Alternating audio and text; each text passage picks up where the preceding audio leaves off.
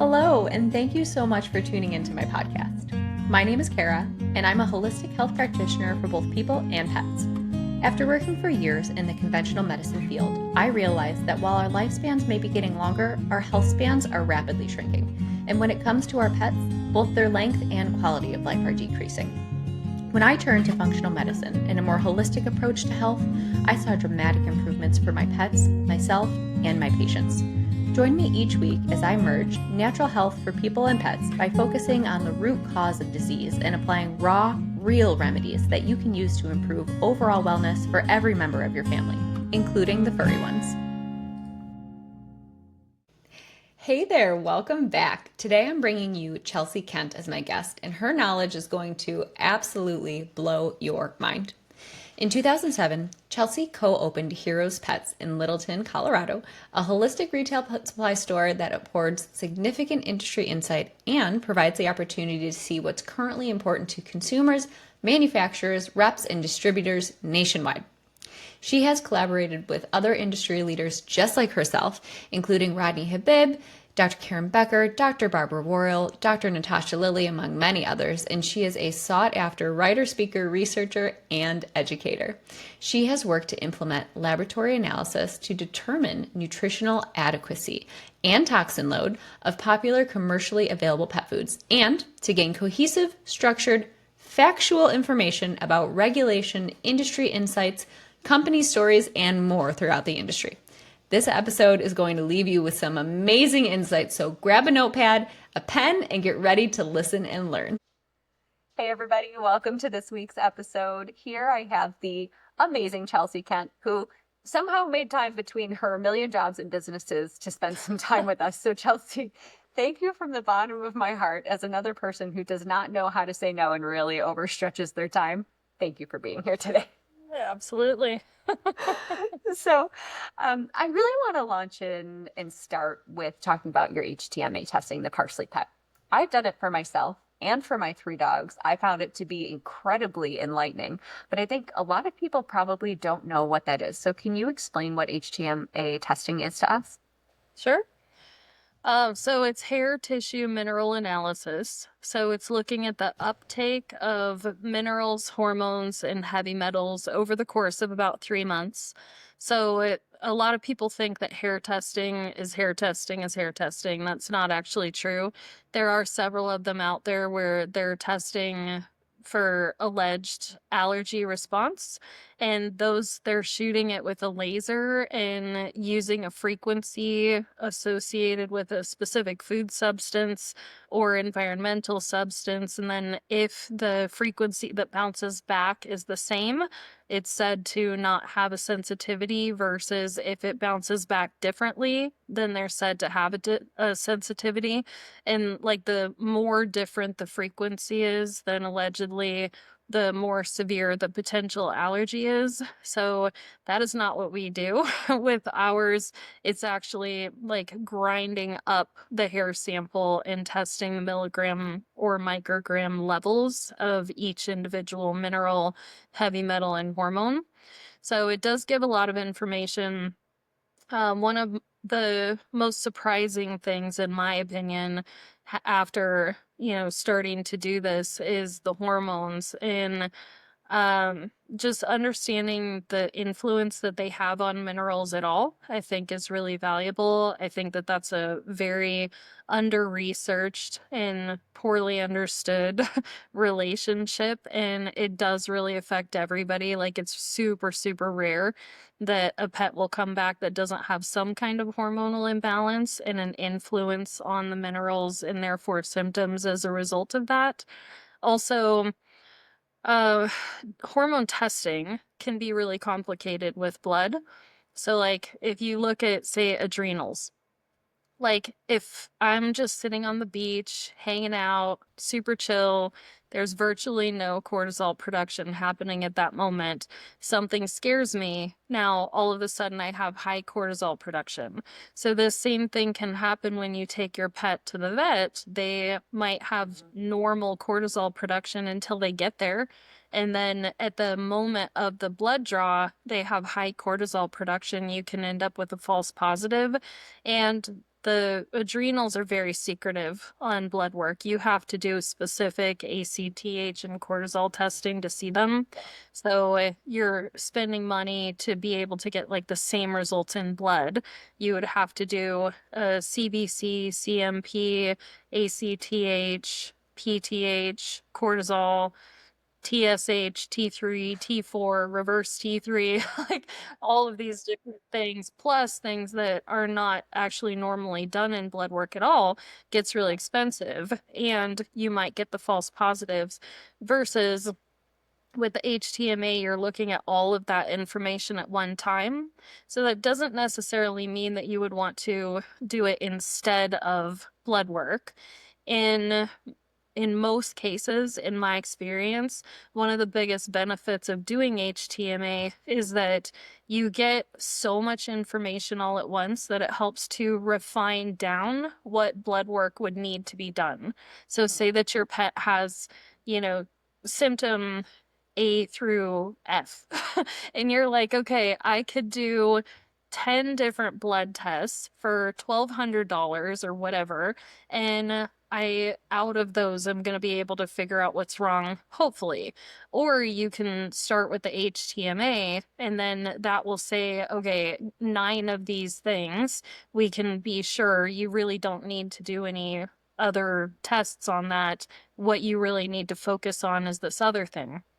So it's also a way to refine down what you need to be looking at with blood. And in some cases, it's actually the difference between blood and HTMA that will give you an indication of what's going on. So, for example, I've seen a number of dogs where they are symptomatic for hypothyroidism, but on the blood test, they're coming back normal. But on the hair test, they're showing that they have virtually no uptake into the tissues. So the fact that there's a discrepancy there is actually going to show you where the error lies in metabolism and what you need to be doing to fix it. So in that kind of a case, my best analogy here, the grocery store is functioning. You ordered the groceries, the thyroid hormones. The grocery store got them all together, got it in a car for delivery, and sent it over, but nobody ever opened the door and took the groceries inside. So you still end up with a grocery deficiency because it didn't make it in the door. So getting that information can be really helpful in identifying why your pet is symptomatic, even if blood work is actually coming up normal. And the one other thing I'll mention, HTMA is actually like an early indicator of health problems, and blood is a late indicator. The reason for that is because the blood has to be able to do a lot of enzymatic functions. It needs to have homeostasis for our bodies to stay healthy. So the body prioritizes the health and the homeostasis of the blood, and it will use tissues to sequester nutrients or to deposit toxins in order for the blood to stay normal. So a blood test might not show you that anything is wrong because the body hasn't like tipped the scale to the point of seeing it in the blood yet. So with a hair test, you're better able to look and see like what things might be developing that haven't caused an issue severe enough to see in another test. That's so insightful. I love that analogy. I love that you mentioned thyroid in particular. One of my kitties, this was probably a year or two ago now, but one of my kitties was having some weight loss and I got concerned about thyroid. And so I went to the vet and I specifically told them that I wanted a full thyroid panel with TSH, T4, T3, all of the, right, not just TSH. And I gave them my cat. They go into the back, they do the blood work. I go home, I get an email with the results. They only did the TSH, and in there they said, we normally only check T4 or other things if the TSH is abnormal. And I was livid because normal is a range for the average amount of the population. That means that upwards of 20% of the population could actually not even fit on that normal range, and that's their normal. So I remember being incredibly aggravated about that. And that's what's so cool about the HTMA testing is you get many things all in one, as opposed to having to say to the vet, can you please check these, even just for thyroid, please check these 5 things for just thyroid alone.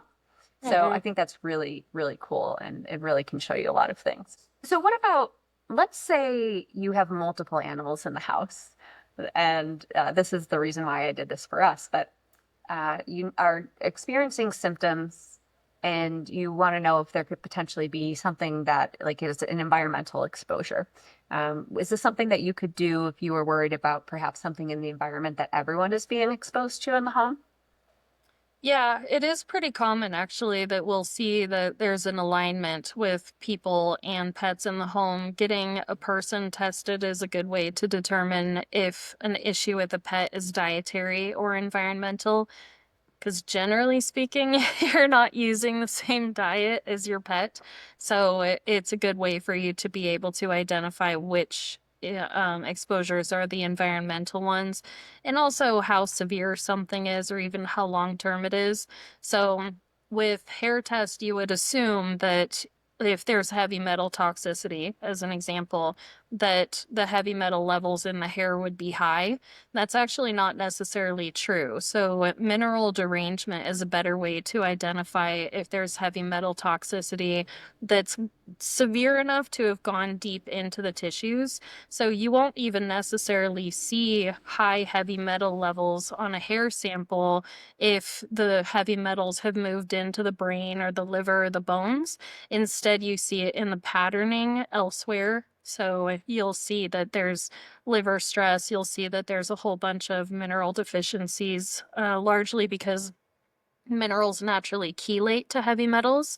They bind to them. So we're designed to be able to tolerate a certain level of heavy metal exposure because the heavy metals will find little buddies, little minerals, and they detox out of the system on their own unless the exposure is too severe, or mineral deficiency will also cause heavy metal toxicity because there's no buddies to take the heavy metals out of the system. So there have been a number of times that I've seen heavy metal toxicity in pets, and just the way that the profile looks, I'm like, that looks like that's probably an environmental one, and you might consider getting more of your family tested and doing some research on your area to see what's going on. Like my household, we have high molybdenum, and there is actually a mine that's pretty nearby, and molybdenum excess causes a dumping of copper.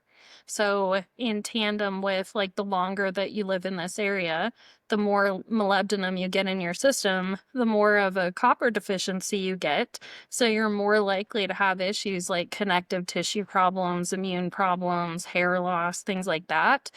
So it can be a really helpful way for you to not be guessing about which thing is going wrong, especially across the household. Yeah, I know that mine was very enlightening with the concern for potential mercury.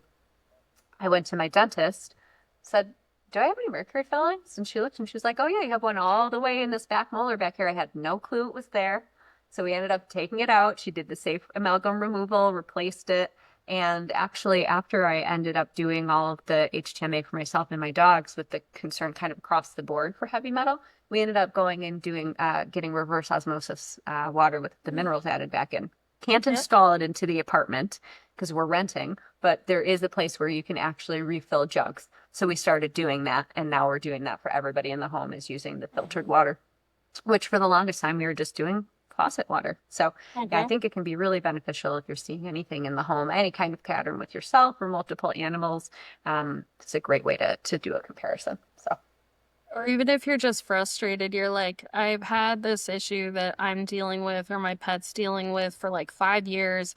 I've tried everything, nothing is working. Well, there's some kind of root cause in there that is either tricky or not being identified. And that's actually another thing to mention, is looking at the ratios can be more important than looking at the absolute numbers. So again, going back to, I could say molybdenum is high, but it's not that relevant unless copper happens to also be very low. I could say thyroid is low, but that's not as big of a deal if adrenals are also low, because the negative impact of low thyroid is offset by the negative impact of low adrenals. So you can have pets that are highly, highly symptomatic to a specific condition because of something else that's going on in their system, and vice versa. You can have a pet that, say, for example, they have super low thyroid, but they're not super symptomatic. It's because there's another thing that's going on that's offsetting it. So being able to look at that in one picture with the HTMA can be super helpful in figuring out, like, what am I really actually trying to address here, and how hard do I need to work at it? So all of these patterns and the way things kind of work together and how that shows you the big picture. I feel like, and I've read through the reports multiple times, can be very confusing. How on earth did you even get into this or like master this? Because when you talk, I'm like, let me soak this all in like I'm a sponge. I mean, I can't imagine being able to look at one of these tests and truly, really feel confident interpreting the whole thing. So getting into it is definitely different from understanding it. So getting into it, I actually did that because there are so many things in the pet world that we have a belief about what might be true, what's logical. But is that true? Like, where do you find that information? And in a lot of cases, that information doesn't exist in a way that can be validated. So, for example, and this is kind of where I started with it, was like, the big kibble companies, they're saying, hey, these synthetic vitamins and minerals are super, super helpful and valuable, and they make the diet complete, and you really need to be feeding them to make sure that your pet has nutritional sufficiency. But then on the other side, you're like, well, Whole Foods should do that. But then even on the Whole Foods side, you have people that are like, yeah, but our soils are depleted and da da da da. So where is the truth in that? Like, what does it look like on the average body, depending on the type of diet they're doing? Where do we get these data points? And this is a place to get that. So then moving into understanding it, that is just a lot of continuing research. Some of the things are really obvious, like, for example, I would say one of the most obvious things is elevated sulfur. There's just not pets out there really that eat enough sulfur to have high nutritional sulfur in this country, at least. Like maybe in Iceland, you live in a geothermal area and you give your pet tap water, it's got high sulfur in there, but that's not the situation that we're in. So if a pet has high tissue sulfur, it's almost always going to be from a breakdown of the tissues.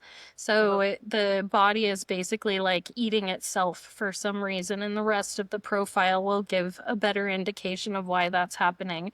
So those kinds of things can be really simple. I would say every single report that I do requires some additional research. So it's just a matter of learning as you go.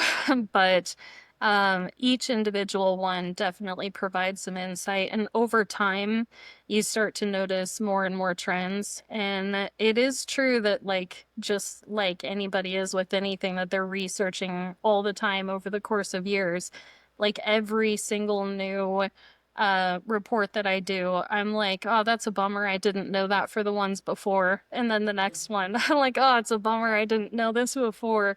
So it's just a constant learning process, which is another valuable reason for retesting. Like just having the information at all can be really helpful. But with retesting, you're also tapping into new research and information that's available. Yeah, lifelong student, always learning, always reaching. So then how often would you recommend retesting? If, let's say, maybe a two-part question, if something was unbalanced, what is a good time to maybe check again? And then if you are just a pet parent and pet has no symptoms, they're healthy, but you just like to know that what you're feeding them is the right thing and their nutrients are on par, how often would you recommend just monitoring, I guess? Mm-hmm. So for the second one first, if you have a healthy pet, I think probably once every year to every 2 years is plenty. It's not usually valuable to do it less often than every 6 months. Like if you did 3 months, you might see some minor changes, but the body is not really going to systemically make dramatic changes in that amount of time.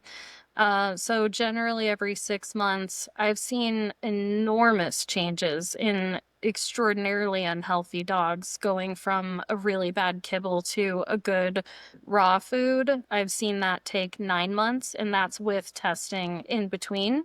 So going from some of the like worst profiles I've ever seen to almost perfect is Wow. 9 months. So I would say, 6 to 9 months is probably better.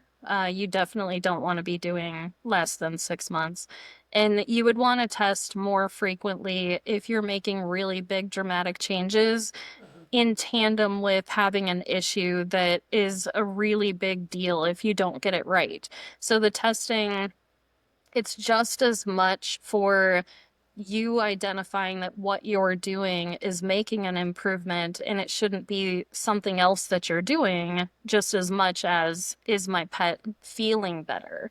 Like you can't make your pet feel better if you don't have some kind of confirmation that what you're doing is the thing that's going to work for them. And I love that you brought up the kibble fed dogs too, because I know I've said fresh food a few times, but for anyone listening, if you feed kibble with toppers, or maybe right now you're only able to do kibble, but you're just in the learning phase, you can do this test on any animal, no matter what you're feeding them. So this is obviously not only a test for fresh fed animals, so or people, because you Yeah. do the people one as well. So.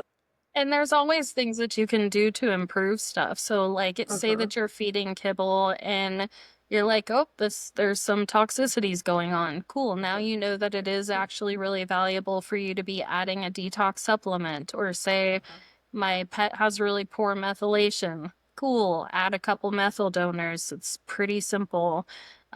Say that you have a pet that just isn't absorbing things very well. All right. Well, there's a couple little toppers that you can add for that. You don't necessarily have to fully jump ship from whatever thing that you're doing if you can't afford to do that. It's still valuable to have the information and to know what minor things might make a really big difference for you. I love that. So you mentioned supplements, so I think this is a really good segue into talking about your supplement line. And I have ordered a few of them myself, but they haven't arrived yet. I'm very excited to give them a try and start them out. But you have a wide array of amazing supplements. Tell us a little bit about that. Mm-hmm.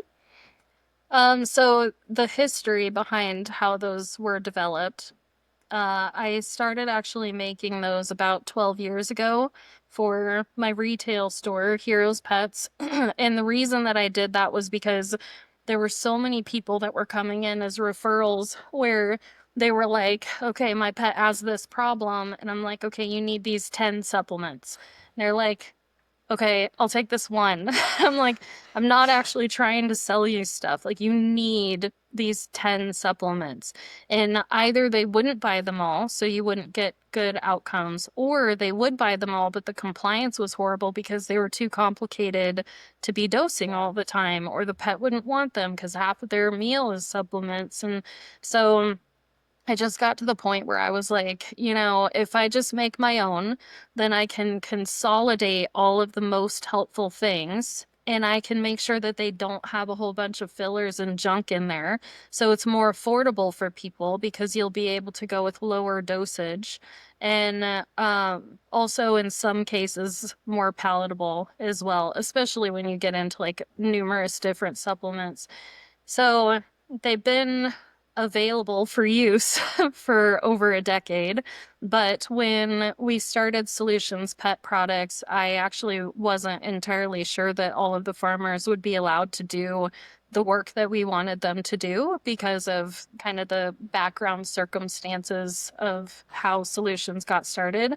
And so I was like, well, it would be great if they could make some of these herbal blends. So I sent about half of the herbal blends that I've been making that for this time over to Pennsylvania for production with the farmers. So even though they're new on the national market, they actually have had a lot of time for people to give feedback and for me to make adjustments and optimize them. Like Originally, I didn't have spirulina in the potty mouth blend. And then I had a couple of people mention that it was working a lot better when they were doing spirulina in tandem with it. And I'm like, oh, well, I'll just add spirulina into it. Yeah. So that's the background of them, was really just a way to make it more affordable, more user-friendly, better outcomes, and no fillers for people. And how many blends do you have now? With solutions, we have, including the liquid tinctures and the fermented cod liver oil, we have 18. Yeah. That's so awesome. Well, and I mean, I can't imagine that's probably not even enough for all the ailments that animals come to you with, right? And I feel Yeah. like you start seeing something that you haven't made already, you're going to collect your data and bang out another one. Well, right now we actually are transferring a few more over from the original formulas. So we've got 2 different urinary blends and then a cancer blend. So the urinary blends, you really have to have 2 because you're either tightening or you're loosening, and you don't want to do the wrong action for the wrong thing. Like, you don't want to tighten if there's crystals and stones that you need them to come out, and you don't want to loosen if there's incontinence. So those guys have to come out at the same time. I started out actually with 11 different cancer blends because cancers are all a little bit different. So the immune blend is really good for generalized cancer, and then this new one will be more for like melanoma, mast cell, like visible cancers. But there's still a lot of additional things that can be used for those. So people are always welcome to reach out and be like, hey, what else can I do? Because there's more. Yeah, that's right. There's always more. So you mentioned specifically your fermented cod liver oil. I've seen cod liver oil products. Yours specifically is fermented. Why? Yeah. So the primary reason is actually that it reduces rancidity and oxidation, so you get more stability in the oil over time without using any kind of additions. So in a lot of cases with the natural products, you'll get something like rosemary oil, and while it takes a decent amount for that to cause a seizure risk, if you had a pet that has a lot of sensitivity, then it could be a seizure risk to add that in. We also decided to do cod liver oil. Like, we ferment whole cod livers that we put into the solutions diets. So we just have cod liver oil. And thus far, we've been like, I don't know, anybody want this? So now we're finally packaging it up. But most awesome. companies, to my knowledge, when they make a cod liver oil, they don't make it fresh in-house. So I believe that we're the only ones that do that. And it's usually questionable if they're adding in vitamin A or vitamin D, and that potentially can be dangerous. So with ours, we're not adding anything in. Plus, we lab test every batch for vitamin A, vitamin D, and omega-3, and then we post that online. So while it's a natural product, so you can safely do whatever dosage, you're not going to overdose them because the body can metabolize those better because it's symbiotic. If there is a specific goal that you're trying to meet, like, I want this number of IU of vitamin D every single day, then you can calculate it per batch because there's actually no product that exists that's going to be identical every single time. Nature doesn't work that way. Nature doesn't make pharmaceuticals. I love that. Nature doesn't make isolates, nature doesn't make pharmaceuticals, and nature isn't going to give you the same measurement every single time. Exactly. Yeah. Well, cod liver oil is one of the things that I ordered, and I'm going to be taking it myself. So I'll send you a video of my first attempt. It's awesome. So I'm incredibly grateful that I decided to do the parsley pet testing because I knew that I had some things going on, but not to the extent that was really highlighted for me.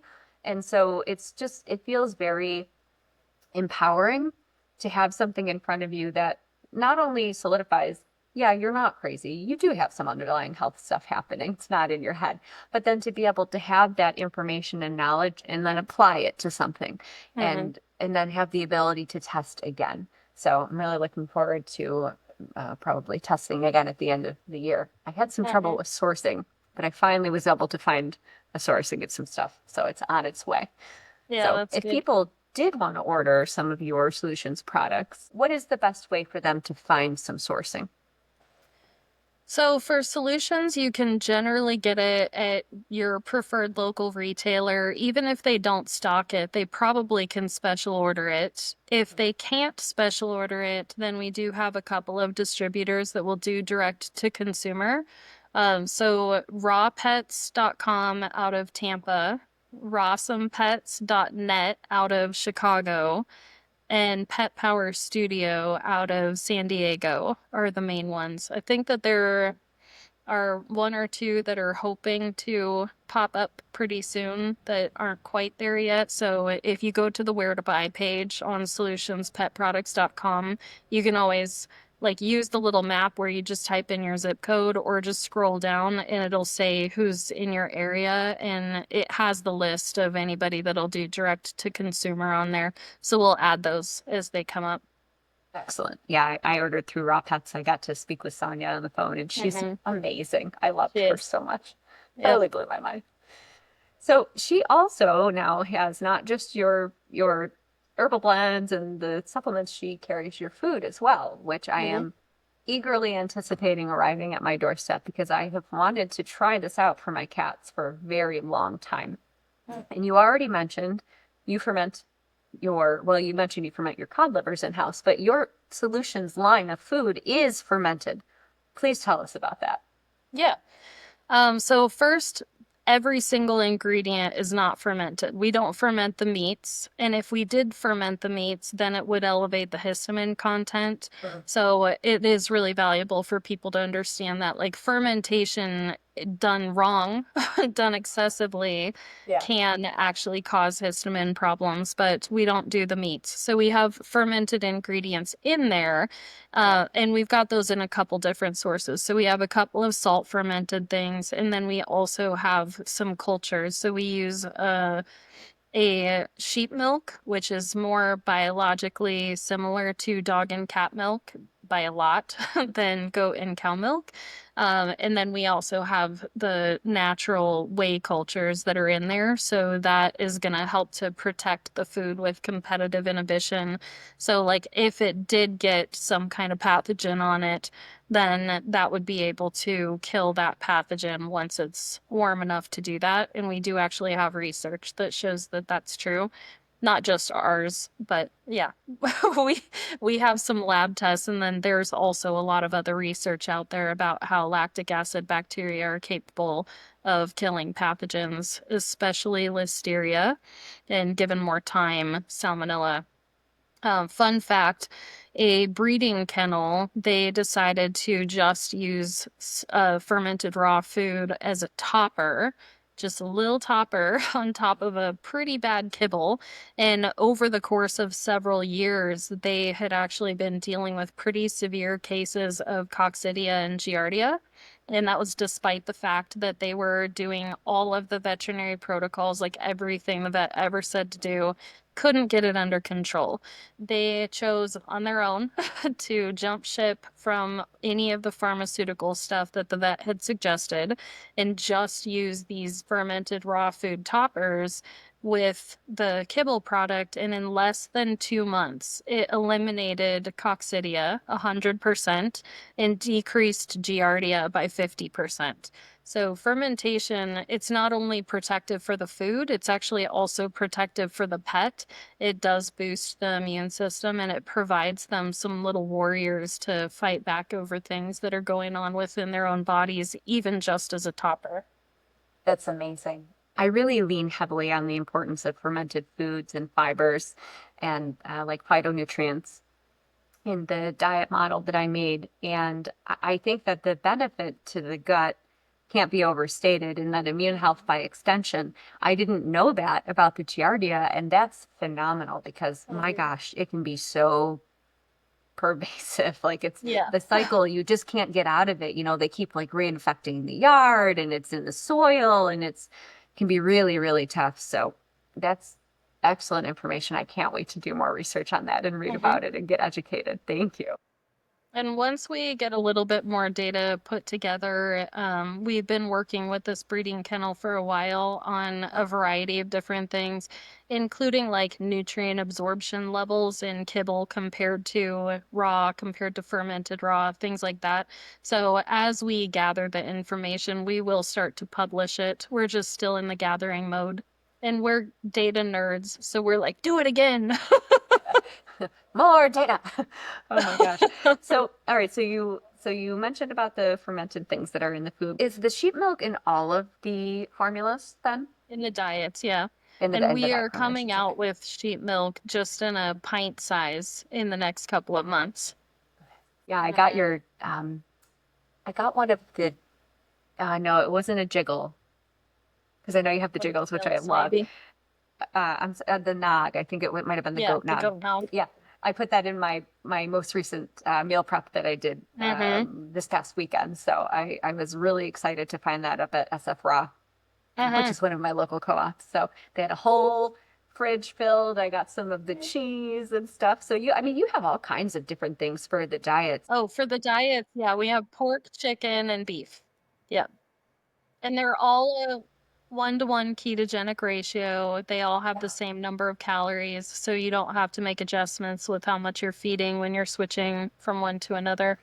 And they're very calorically dense as well, correct? Yeah, the Yeah. average raw food is about 40 calories an ounce. I've seen them as Uh-huh. low as 27. I've seen them as high as 64.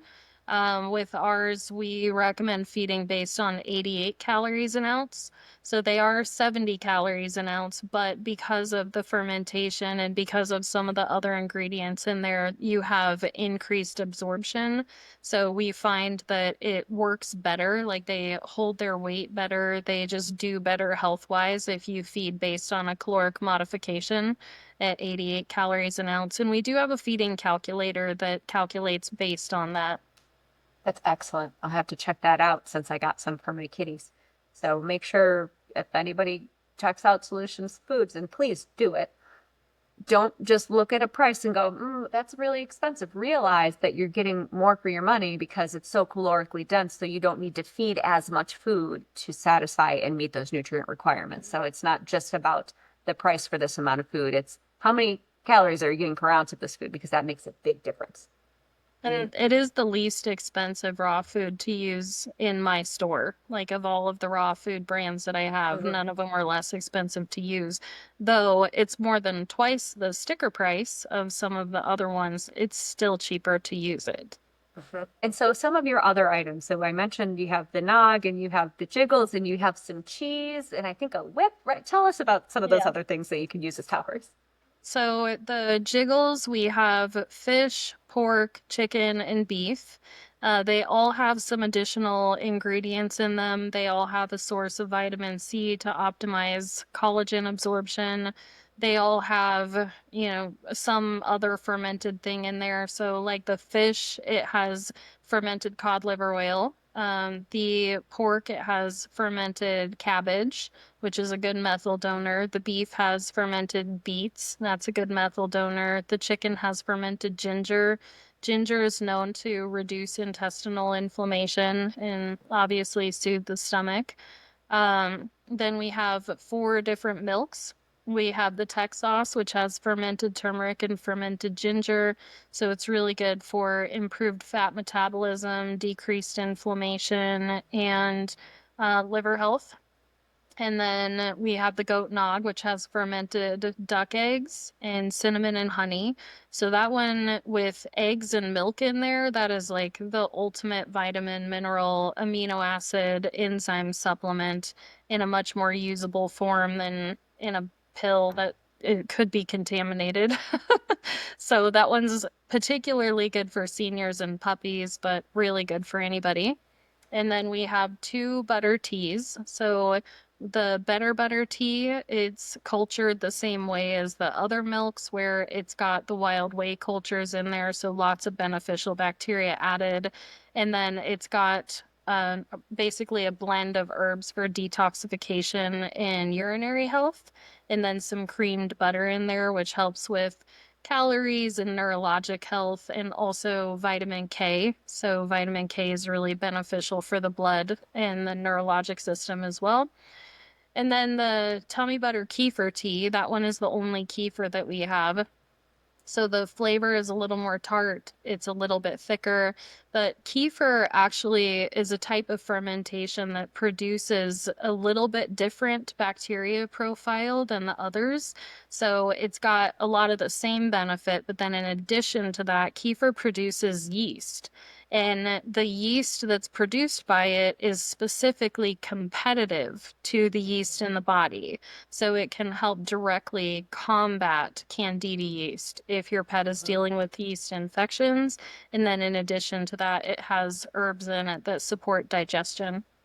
And then with the cheeses, we have 4 cheeses. They're all raw. They're all goat cheese. And we've got one for urinary health, one for inflammation, one for calming, and then one for parasites or coprophagia. Fun fact about the cheese, to make an 8-ounce block of cheese, it actually requires 88 ounces of milk. So you're getting 88 ounces of condensed milk nutrition in that little block. So if you have a pet that's like, well, I don't want to drink milk, but I'll eat the cheese, you're actually giving them a power punch of nutrients in there. And then, side note on that, if you dry or pasteurize a milk product, it degrades the enzymes that support the metabolism of calcium. So the body doesn't even access the calcium in those products. And according to the Parsley Pet results, the vast majority of pets could use more calcium because of hormone imbalances. So making sure that you're getting a raw milk in there, and specifically a raw milk, so they can get the calcium, is super valuable. I had Mark McAfee on. He's the founder and CEO of Raw Farm here in California, which is, they've been around for a long time. And I drink their raw cow milk every single day. I drink their raw cow kefir every single day. I eat their raw cheese. I absolutely love their products. And he did such an amazing job of speaking about the importance of all of those bioactive compounds that are present in the raw product, and how the pasteurization process, unfortunately, it just in some cases can eliminate it, or it can adulterate the structure, and it's so much healthier and bioavailable, and it's what nature intended. So that was a great episode. I love that you have this line, because I give some kind of raw dairy product to my dogs daily. The cats are a little bit pickier, but I got some of the cheese, so I'm excited to shred that and kind of fold it into the food. So we'll see. Yep, it's good. And I think it's really valuable to point out, like, just what you were saying about all of the different compounds that are the way that nature intended.